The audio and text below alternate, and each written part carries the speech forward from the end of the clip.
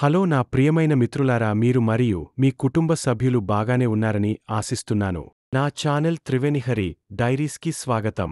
ఈరోజు నేను మీకు మానవ శరీరం మరియు ఫోబియా గురించి 10 వాస్తవాలను చెప్పబోతున్నాను. కాబట్టి దయచేసి మిస్ కాకుండా పూర్తి వీడియో చూడండి.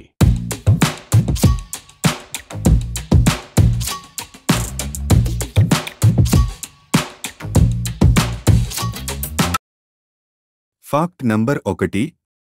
ఒకేలాంటి కవలలు తప్ప ప్రతి ఒక్కరికి ఒక ప్రత్యేకమైన వాసన ఉంటుంది. వారు అదే వాసన చూస్తారు. Fact number 2.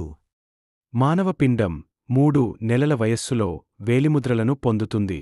పిండం అభివృద్ధి దశలలో వేలిముద్రలు కనిపించడం ప్రారంభిస్తాయి మరియు శిశువు వలె రూపాంతరం చెందడం మరియు అభివృద్ధి చెందడం కొనసాగుతుంది.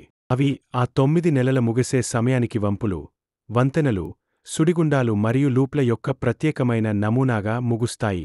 Fact number 3. ప్రతి వ్యక్తికి ప్రత్యేకమైన నాలుక ముద్రణ ఉంటుంది. వేలిముద్రల వలె మీ నాలుక ముద్ర మిమ్మల్ని గుర్తించడానికి ఉపయోగించబడుతుంది. Fact number 4. అత్యంత వేగంగా పెరుగుతున్న గోరు మధ్య వేలుపై ఉంది. అవును, ఆ మధ్య వేలు. Fact number 5. సగటున ఎక్కువ తరచుగా మరియు మరింత స్పష్టంగా కలలు కనే వ్యక్తులు అధిక ఇంటెలిజెన్స్ అని కలిగి ఉంటారు. Sleep tight and dream. Fact number 6. తుమ్ములు క్రమం తప్పకుండా 100 mph కంటే ఎక్కువగా ఉంటాయి, అయితే దగ్గులు దాదాపు 60 mph వద్ద నియంత్రించబడతాయి. Fact number 7. మీ ముక్కు జంతువు వలె సున్నితంగా ఉండదు, కాని అది 50,000 విభిన్న సువాసనలను గుర్తుంచుకోగలదు. Fact number 8. మనం మేల్కొనే గంటలలో దాదాపు 10% కళ్ళు మూసుకుని మెరుస్తూ గడిపేస్తాం. అది నిమిషానికి 10 నుంచి 20 వరకు సార్లు. Fact number 9.